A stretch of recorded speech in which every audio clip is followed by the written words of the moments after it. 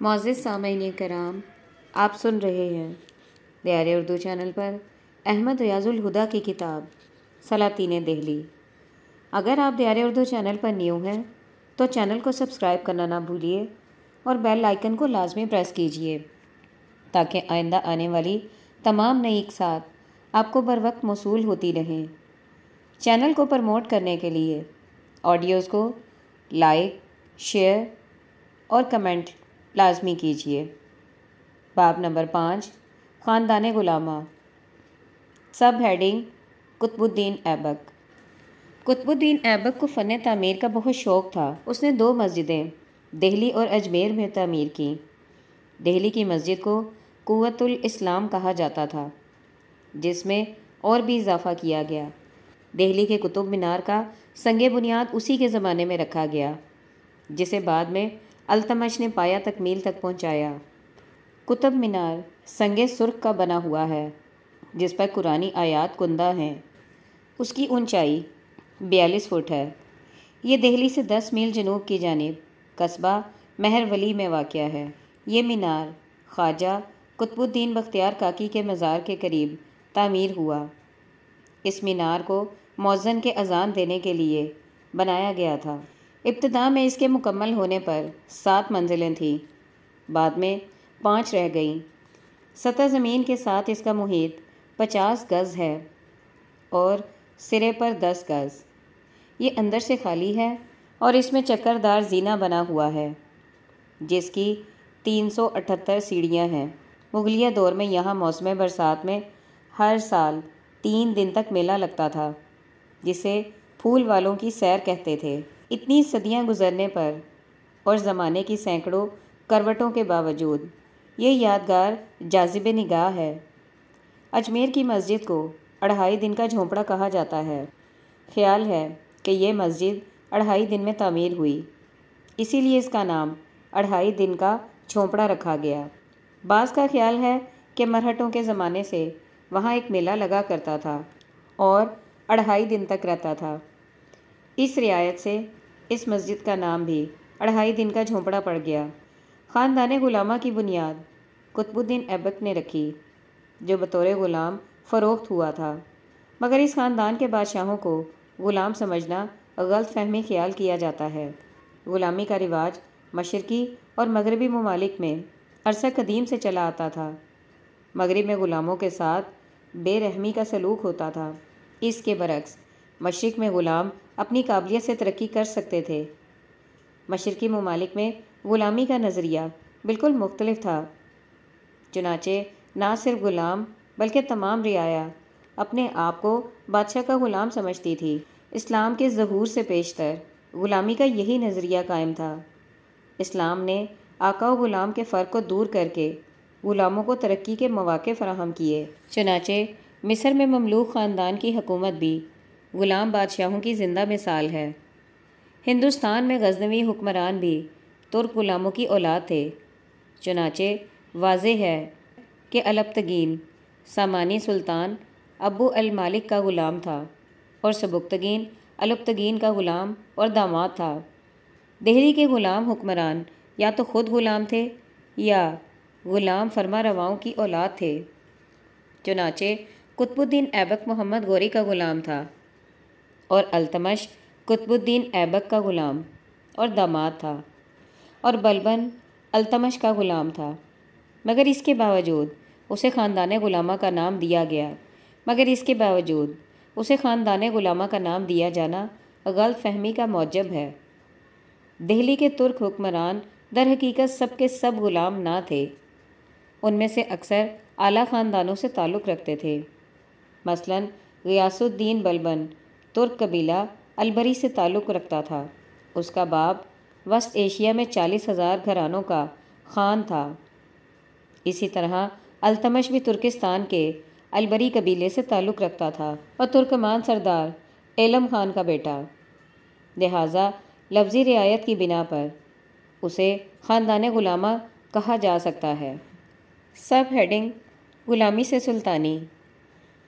مورخین اس کے آباء و اجداد کے حالات و واقعات کے متعلق خاموش ہے، مگر اس کی فرشتہ سیرتی نیک نیتی اور معدلت گستری کے پیش نظر یہ اندازہ لگانا کہ وہ کسی اچھے خاندان کا چشم و چراغ تھا خلاف حقیقت معلوم نہیں ہوتا۔ ابھی خرد سال ہی تھا کہ بردہ فروشوں نے اسے اغوا کر کے خراسان کے شہر نشاپور میں فروخت کر دیا۔ خیال فرمائیے کہ اس وقت اس بدحال غریب بچے اور اس کے ہرما نصیب والدین کی کیا حالت ہوگی۔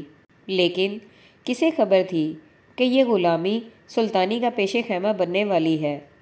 قطب الدین ایبک کو قاضی فخر الدین عبدالعزیز کوفی نے، جو حضرت امام ابو حنیفہ کی اولاد سے تھے، خریدا۔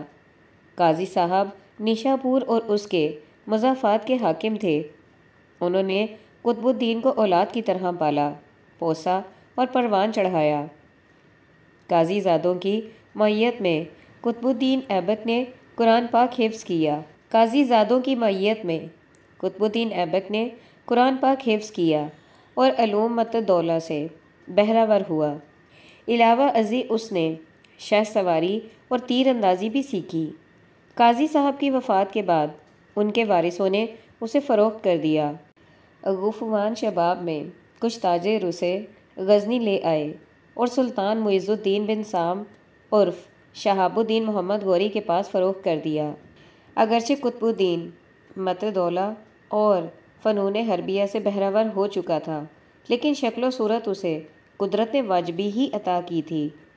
اس کی چھنگلیاں بھی ٹوٹی ہوئی تھیں، اس لیے بعض مورخوں کا خیال ہے کہ لوگ اسے ایبک یعنی ٹوٹی ہوئی چھنگلی والا کہتے ہیں۔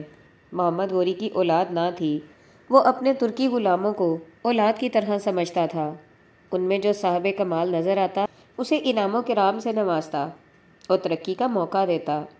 قطب الدین ایبک نے اپنے نامدار آقا کی خدمت خلوص و عقیدت سے شروع کی اور عنایات خسروی کا مورد بننے لگا۔ ایک بار مجلس نشاط و انبساط آراستہ تھی۔ سلطان نے اس کی کارگزاری پر خوش ہو کر اسے گراں بہا انعام سے نوازا۔ ایبک نے انعام کی رقم فراشوں، ملازموں اور اپنے ہم وطن ترکی غلاموں میں تقسیم کر دی اور اپنے پاس ایک پائی بھی نہ رکھی۔ سلطان نے اس کی فراخ دلی اور سیر چشمی کی یہ داستان سنی تو بے حد متاثر ہوا اور اسے حضوری کی سعادت بخشی، یعنی سفر و حضر میں اسے اپنی معیت میں رکھنے لگا اور پھر امیر آخور کا عہدہ عطا کیا۔ اسی اثنا میں غور اور بامیہ کے غوری سردار اکٹھے ہو کر سلطان شاہ والی خراساں پر حملہ آور ہوئے۔ اس جنگ کا سبب یہ تھا کہ سلطان شاہ مذکور کے ملوکانہ عزائم ریاست غور و بامیہ کی سلامتی کے لیے موجب خطرہ بن رہے تھے۔ اس جنگ میں ایبک نے دلاوری کے وہ جوہر دکھائے کہ اس کی شجاعت کی دھاک بیٹھ گئی۔ ایک روز وہ گھاس وغیرہ کی تلاش میں چند سپاہیوں کی معیت میں لشکر سے علیحدہ ہو کر ادھر ادھر گھوم رہا تھا کہ دشمن کے ایک دستے نے آن گھیرا۔ اس نے بہت ہاتھ پاؤں مارے مگر کچھ پیش نہ گئی اور دشمن نے اسیر کر لیا۔ سلطان شاہ نے محمد غوری کا مقرب خیال کرتے ہوئے اسے ایک آہنی پنجرے میں بند کر دیا۔ غوریوں کو فتح ہوئی تو ایبک کو اسی پنجرے میں اونٹ پر سوار کر کے محمد غوری کے سامنے سے گزارا گیا۔ اس پر قطب الدین کی نمک حلالی اور جانثاری اس آقا پر اور واضح ہوئی اور وہ بہت متاثر ہوا۔ 1192 عیسوی سے 1206 عیسوی سلطان محمد غوری کی ہندی مہموں میں قطب الدین ایبک اس کے ہمراہ تھا۔ تانیسر کی جنگ 1192 عیسوی بمطابق 588 ہجری میں رائے پٹوار کا خاتمہ ہونے پر اس کے مقبوضات محمد غوری کے قبضے میں آئے تو اس نے قطب الدین ایبک کو اپنا نائب سلطنت مقرر کر لیا اور خود غزنی واپس چلا گیا۔ ایبک نے کوہرام کو اپنا دارالحکومت مقرر کیا۔ سلطان کی واپسی پر قطب الدین ایبک نے مفتوحہ علاقوں کے نظم و نسق کی درستی کی طرف توجہ دی۔ ہانسی کے ہندو زمینداروں نے فتنہ آرائی پر کمر باندھ رکھی تھی۔ ان کا سر کچلا اور قلعے کی مرمت کے بعد وہاں کچھ فوجیں متعین کی۔ دریائے جمنا پار کر کے میرٹھ اور بلند شہر کو مسخر کیا جو مخالفین کی ریشہ دوانیوں کے مراکز بن رہے تھے۔ اسی اثنا میں معلوم ہوا کہ دہلی کا باج گزار راجہ ترکوں کی سیادت کا جوا گردن سے اتار پھینکنے کے لیے پر تول رہا تھا۔ اس کی سرکشی پر ایبک نے دہلی پر حملہ کیا اور شہر پر قبضہ کر لیا، لیکن راجہ کو کوئی سزا نہ دی اور فوج سمیت اسے شہر چلے آنے کی اجازت دے دی۔ قطب الدین ایبک نے فتح دہلی کے بعد اس شہر کو مستقر حکومت قرار دے دیا۔ یہ شہر 1192 عیسوی سے 1857 عیسوی تک اسلامی ستوت کا مرکز رہا۔ اسی اثنا میں قوام الملک رکن الدین حمزہ قلعہ دار رنبھور نے اطلاع دی کہ پرتھوی راج کے بھائی ہری راج نے بغاوت کر دی ہے اور اجمیر کا باج گزار حاکم کولا راجہ پسر پرتھوی راج خطرے میں ہے اور ہری راج کے عزائم رنبور پر بھی یلغار کرنے کے ہیں۔ اس پر ایبک نے امور دہلی کو اپنے نائب سابق الملک ناصر الدین کے سپرد کیا اور خود اجمیر کی راہ لی۔ اس کی آمد پر ہری راج بھاگ گیا۔ ایبک اجمیر پہنچا اور کولا راجہ عقیدت و احترام سے پیش آیا۔ اسی اثنا میں دارالحکومت دہلی کے نواب میں بغاوت کی اطلاع ملی۔ ایبک فی الفور دہلی واپس آیا۔ باغی سردار کو شکست دے کر گرفتار کر لیا گیا اور بقول صاحب تاج الماصر اس کا سر قلم کر دیا گیا۔ اسی اثنا میں قطب الدین ایبک کو سلطان محمد غوری نے غزنی بلایا۔ سر دربار اسے انعامات و اکرامات سے نوازا گیا اور ملک تاج الدین یلدوز کی لڑکی سے اس کی شادی کر دی گئی۔ غزنی سے واپس آتے ہی اس نے دہلی میں مسجد قوت اسلام کی تعمیر شروع کر دی اور کوئل موجودہ علی گڑھ کو فتح کیا جو مخالفانہ سرگرمیوں کا مرکز بن رہا تھا۔ 1193 عیسوی میں سلطان محمد غوری کنوج اور بنارس کے والی رائے جے چند سے مارکہ آرائی کرنے وارد ہند ہوا۔ قطب الدین ایبک نے اس کی پیشوائی کی اور باکمال احترام اسے دارالحکومت میں لایا۔ سلطان نے کنوج کا رخ کیا اور 50,000 سواروں کی کمان میں ایبک کو بطور ہراول آگے بھیجا۔ سپہ سالار عز الدین حسین بن خرمیل بھی اس کے ہمراہ تھا اور سلطان خود عقب میں آ رہا تھا۔ چندواڑہ موجودہ فیروز آباد کے مقام پر جو موجودہ ضلع اٹاڈو میں جمنا کے کنارے واقع ہے۔ مسلمانوں کی ہراول فوج نے راجپوتوں کو شکست دی۔ اس جنگ میں جے چند مارا گیا، بلکہ فوج کے ہزیمت اٹھانے پر بددل ہو کر خود دریائے جمنا میں جو میدان جنگ کے متصل ہی تھا ڈوب مرا تھا۔ اس کے بعد سلطان محمد غوری نے کنوج اور بنارس کو فتح کیا اور تمام موجودہ یوپی مسلمانوں کے تسلط میں آ گیا۔ اس مہم سے فارغ ہوتے ہی سلطان غزنی واپس چلا گیا۔ اسی سال 1194 عیسوی میں پرچہ لگا کہ ہری راجہ نے الور کی پہاڑیوں سے نکل کر اجمیر فتح کر لیا ہے اور کولا راجہ یعنی پرتھوی راج کا بیٹا بھاگ گیا ہے۔ اسی اثنا میں ہری راجہ کا ایک نائب جہت رائے نواح دہلی میں طاقت و تاراج کرنے لگا۔ قطب الدین ایبک 2000 چیدہ سواروں کی معیت میں دہلی سے نکلا۔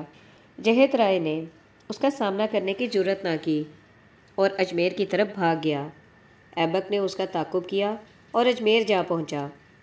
ہری راجہ نے شہر کے باہر اس کا مقابلہ کیا لیکن شکست کھا کر قلعہ بند ہو گیا۔ قطب الدین ایبک نے شہر کا محاصرہ کر لیا۔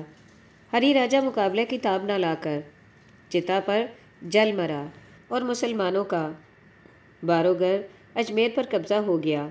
اس کے بعد ایبک نے اسے اپنی سلطنت میں شامل کر لیا۔ 1195 عیسوی میں قطب الدین ایبک نے نہر والا کاٹھیا واڑ گجرات پر یلغار کی۔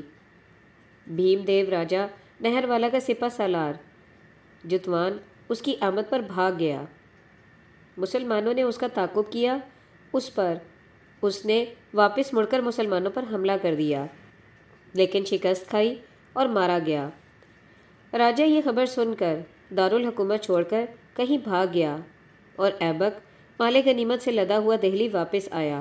1195 عیسوی کے آخر میں سلطان محمد غوری رونق افروز ہند ہوا۔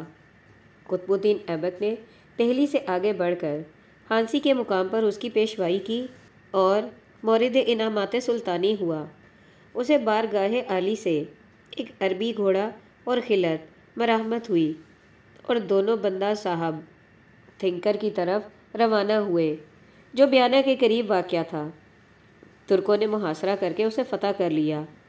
راجہ کنور پال نے جان بخشی کی درخواست کی، جس نے شرف پذیرائی حاصل کی۔ سلطان نے اپنے ایک غلام ملک بہاؤالدین تغرل کو تھنگر کا حاکم مقرر کیا۔ تھنگر کی مہم سے فارغ ہو کر سلطان محمد غوری نے گوالیار کا رخ کیا، جو ایک مضبوط قلعہ تھا، اور اس کا محاصرہ کر لیا۔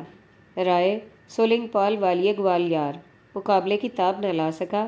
اس نے صلح کی درخواست کی اور باقاعدہ خراج ادا کرنے کے وعدے پر صلح ہو گئی، لیکن 1600 میں راجہ نے پھر اطاعت شعاری سے روگردانی کی۔ اس پر ایبک نے راجہ کو معزول کر کے ریاست پر قبضہ کر لیا۔ تھنگر اور گوالیار کی تسخیر سے شمالی ہند کی ان دو مضبوط راجپوت سلطنتوں کو خاتمہ ہو گیا، جو ترکوں کی حکومت دہلی کے خلاف جنگی سرگرمیوں کا مرکز بن سکتی تھی۔ ان کی تباہی سلطنت دہلی کے استحکام کا باعث بن گئی۔ بھیم دیو سے جنگ میں 1196 میں قطب الدین ایبک اجمیر میں تھا۔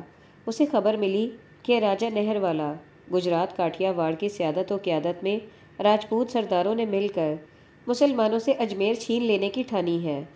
موسم گرما شباب پر تھا۔ اس کے باوصف ایبک دشمن کا مقابلہ کرنے کے لیے چل کھڑا ہوا۔ نہر والا کے قریب بڑے گھمسان کی لڑائی ہوئی، جس میں بہت سے ترک سردار شہید ہوئے۔ خود قطب الدین ایبک کا گھوڑا زخمی ہو گیا اور وہ زمین پر گر پڑا۔ اس کی سپاہ اسے ایک اور گھوڑے پر جلدی سے سوار کر کے واپس اجمیر لے آئی۔ اس ہزیمت سے اتحادی راجپوتوں کی ہمت بڑھ گئی اور انہوں نے بڑھ کر اجمیر کا محاصرہ کر لیا، یہ سمجھ کر کہ حالات نے نازک صورتحال اختیار کر لی ہے۔ قطب الدین ایبک نے ایک برق رفتار اور قابل اعتبار ایلچی غزنوی ملک کے لیے روانہ کیا، لیکن اس فوجی امداد کی آمد سے قبل ہی وہ حریف کو پسپا کرنے میں کامیاب ہو گیا۔ غزنی کا امدادی لشکر پہنچا تو قطب الدین ایبک نے نہر والا پر حملہ کر کے دشمن کی جمعیت کو پاش پاش کرنے کا فیصلہ کیا۔ کوہ آبو کے دامن میں دونوں فوجیں آمنے سامنے ہوئیں۔ 3 فروری 1196 کو صبح سے دوپہر تک ترکوں اور راجپوتوں میں فیصلہ کن جنگ ہوئی، جس میں خارا شگاف ترکی شمشیروں نے راجپوتوں کے منہ پھیر دیے اور انہیں کامل تیاری اور تنظیم کے باوصف شکست ہوئی۔ اگرچہ راجہ بھیم دیو میدان جنگ سے جان بچا کر فرار ہونے میں کامیاب ہو گیا، لیکن اس کی ریاست کی بنیادیں ہل گئیں اور اسے دوبارہ اجمیر پر فوج کشی کرنے کا حوصلہ نہ ہوا۔ 50,000 راجپوت سپاہی مسلمانوں کی تلوار کی نظر ہوئے اور ایبک بے انتہا مال غنیمت لے کر واپس لوٹا۔ 1196 سے 1202 تک کوئی اہم فتوحات نہیں ہوئیں۔ غالباً مقامی باج گزار راجپوت سرداروں کی شورشوں پر 1197 میں رائے لکشمن پال سے بدعنوان، 1198 میں کنوج اور 1199 میں مالوا فتح کیے گئے۔ کالنجر کا مضبوط قلعہ بندیل کھنڈ کے دشوار گزار پہاڑوں میں ایک اہم جنگی مرکز تھا۔ اس کی فوجی اہمیت کی بنا پر اس کی تسخیر کا فیصلہ کیا گیا۔ ملک قطب الدین ایبک اور اس کے غلام شمس الدین التمش کی قیادت میں فوج روانہ ہوئی۔ راجہ پرمڈی دیو نے، جو چندیل خاندان کا راجپوت تھا، مسلمانوں کا مقابلہ کرنے کی پوری تیاری کی اور ترک فوج کی آمد پر اس کے بالمقابل صف آرا بھی ہوا، مگر جلد ہی قلعہ بند ہو گیا۔ قطب الدین ایبک نے قلعے کا محاصرہ کر لیا۔ راجہ نے باج گزاری اور اطاعت شعاری کا وعدہ کر کے صلح کر لی، لیکن مقررہ خراج ادا کرنے سے قبل وہ فوت ہو گیا۔ اس کے دیوان اجے پال نے خراج ادا کرنے کی جگہ مسلمانوں کا مقابلہ کرنے کو ترجیح دی، لیکن اسے جلد ہتھیار ڈالنے پڑے، کیونکہ قلعے کے اندر پانی کا جو قدرتی چشمہ تھا وہ یکایک خشک ہو گیا اور اہل قلعہ پیاسے مرنے لگے۔ اس قلعے سے بے حد مال غنیمت ملا۔ اس کے بعد ایبک نے علاقہ کالپی کے دارالحکومت محوبہ پر قبضہ کر لیا۔ دہلی، میرٹھ، کنوج، بنارس، اجمیر، بیانہ، گوالیار اور کالنجر وغیرہ کی فتوحات سے شمالی ہندوستان کا بہت سا حصہ مسلمانوں کے قبضے میں آ گیا۔ ان کی سلطنت یہاں بڑی مضبوطی سے قائم ہو گئی اور کئی سو سال قائم رہی۔ 1205 عیسوی کے آخری مہینوں میں سلطان محمد غوری کھوکروں کے استحصال کے لیے وارد ہند ہوا اور اس مہم سے فارغ ہو کر وہ لاہور پہنچا۔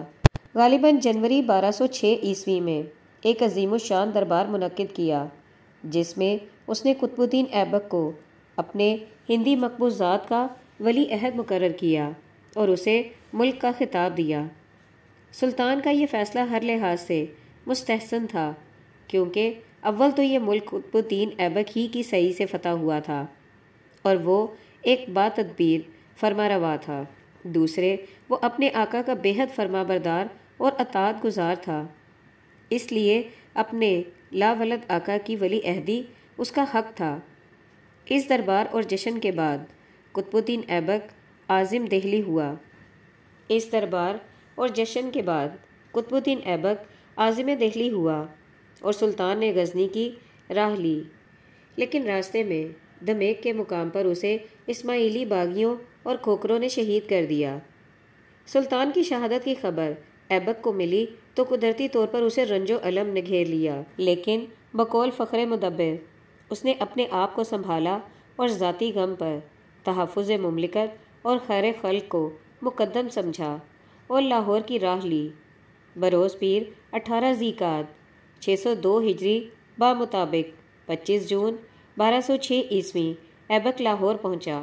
اہالیان شہر نے اس کا پرتپاک خیر مقدم کیا اور تجھ کو احتشام سے اسے شہر میں لائے۔ 26 جون کو لاہور کے قصر ہمایوں میں جشن تاج پوشی منعقد ہوا اور امرائے دولت نے اس کی اورنگ نشینی کو منظور کیا۔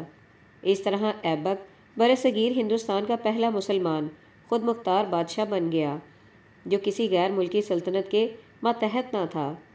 سلطان محمود غوری بن سلطان غیاث الدین غوری نے اس کی تخت نشینی کو تسلیم کر لیا، اسے چتر اور دور باش بھیجے جو اس دور میں علامات حکومت تھے اور سلطان کا خطاب عطا کیا۔